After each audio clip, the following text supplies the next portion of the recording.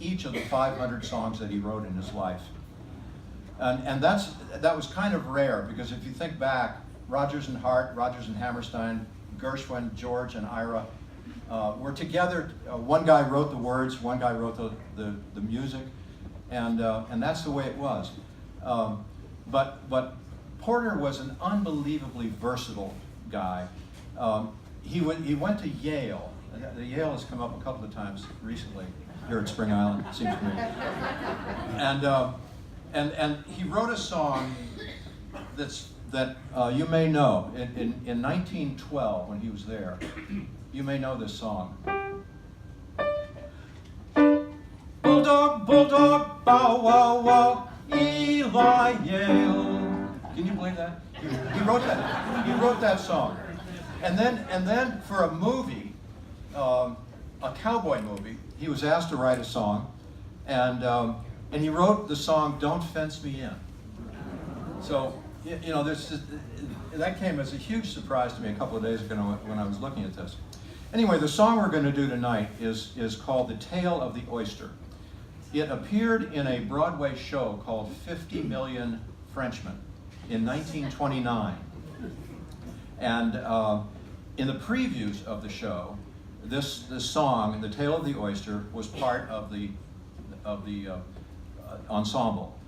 And a reviewer from New York, Gilbert Seldes, some of you may have heard his name, reviewed the show. He said the show is terrific, but the song, "The Tale of the Oyster," is disgusting.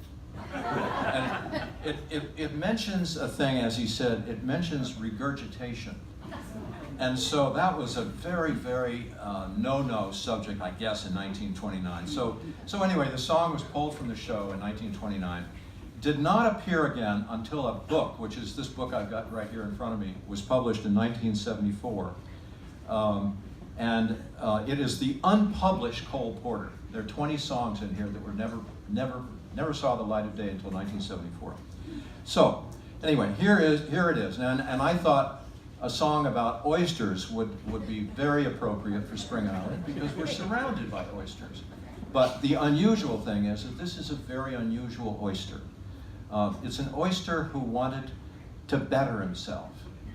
Living in a bed like that is not necessarily high society. He wanted to move into high society, not unlike Cole Porter did.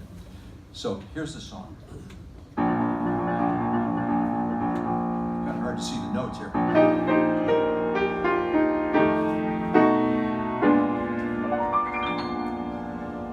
Down by the sea lived a lonesome oyster, every day getting sadder and moister. He found his home life awfully wet, and he longed to travel with the upper set. Poor little oyster. Fate was kind to that oyster, we know, when one day the chef from the Park Casino saw that oyster lying there, and he said, "I'll put you on my bill of fare." Oh, lucky little oyster.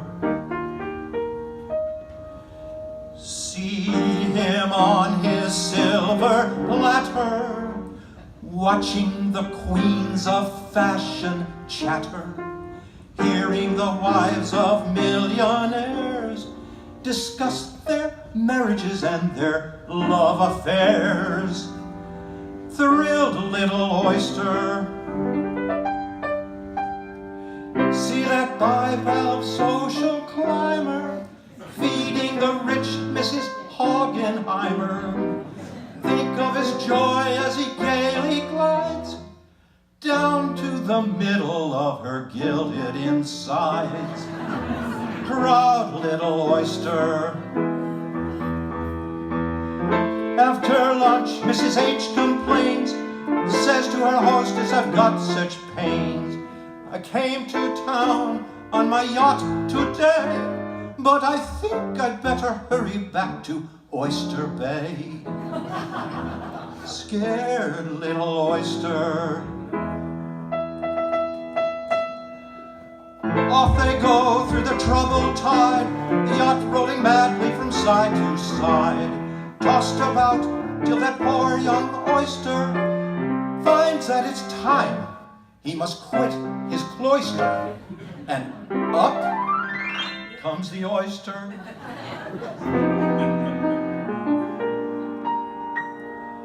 Back once more where he started from, he murmured, I haven't a single qualm, for I've had a taste of society, and society has had a taste of me.